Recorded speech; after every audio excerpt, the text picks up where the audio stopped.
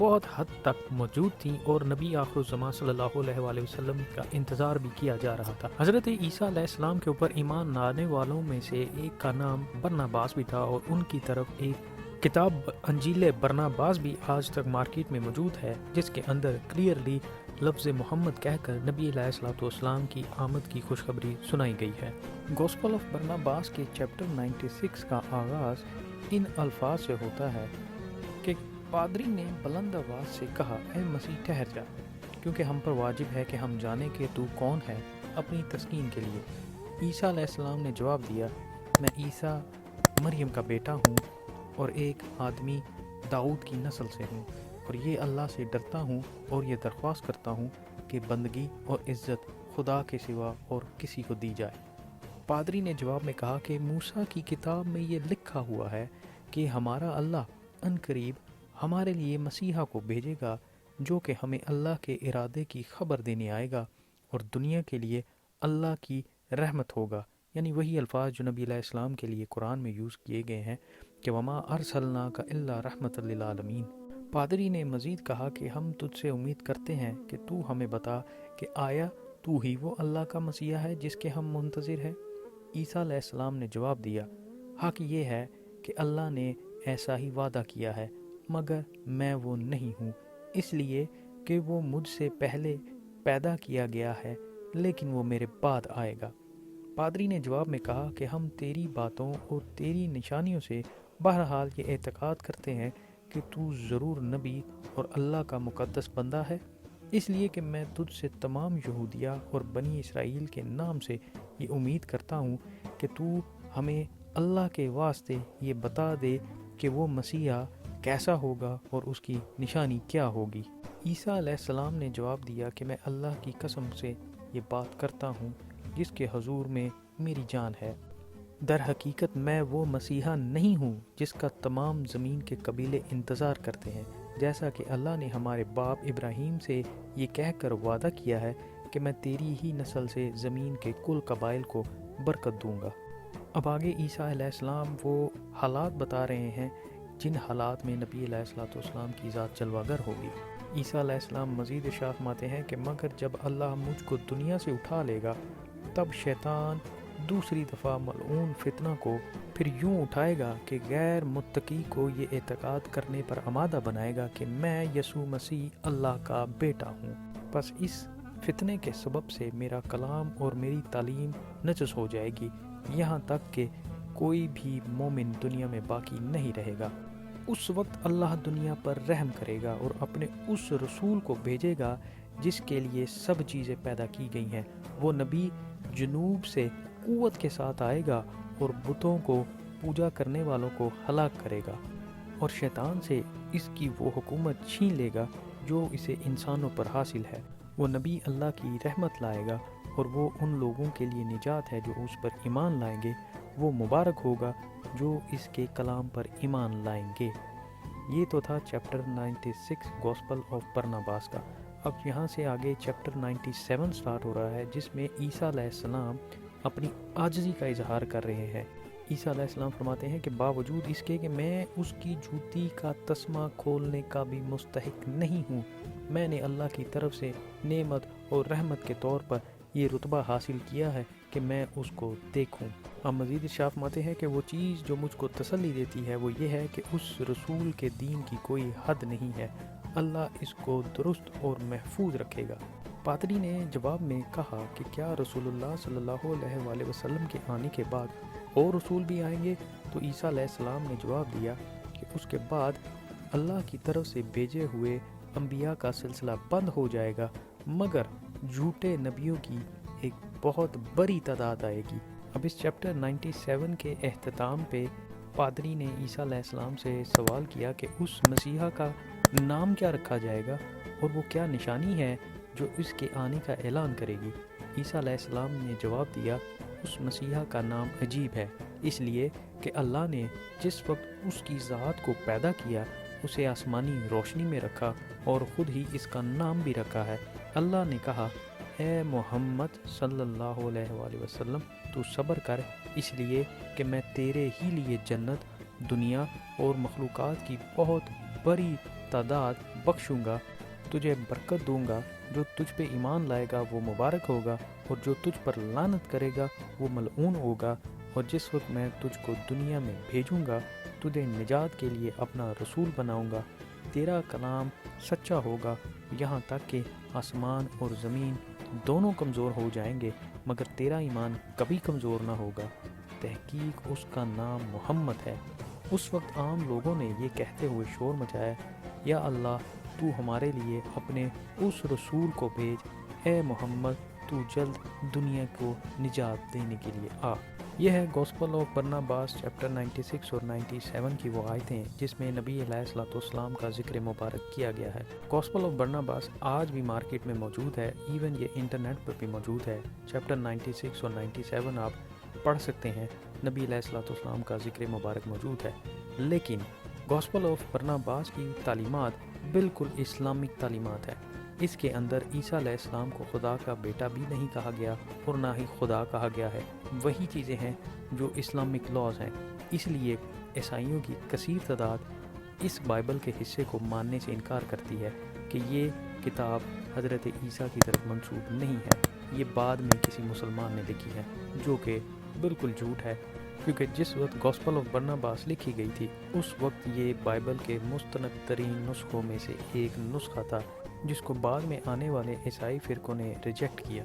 یہ تو تھا نبی علیہ الصلوۃ والسلام کا بائبل کے نیو ٹیسٹمنٹ کے اندر ذکر خیر۔ انشاءاللہ اگلی ایپیسوڈ میں حضرت موسیٰ علیہ السلام پہ اترنے والی کتاب کے اندر نبی علیہ الصلوۃ والسلام کا جو ذکر خیر کیا گیا ہے اس کا حوالہ دیں گے، جو سیرت نبی صلی اللہ علیہ وآلہ وسلم کی مستند ترین کتابوں میں بھی موجود ہے۔ وما علینا الا البلاغ المبین۔ یا صلی وسلم دائما ابدا علی حبیبک خیر الخلق کلہم۔ تصوف کی دنیا کو سبسکرائب کیجیے، اس ویڈیو کو لائک کیجیے اور کمنٹ سیکشن میں اپنی رائے کا اظہار ضرور کیجیے۔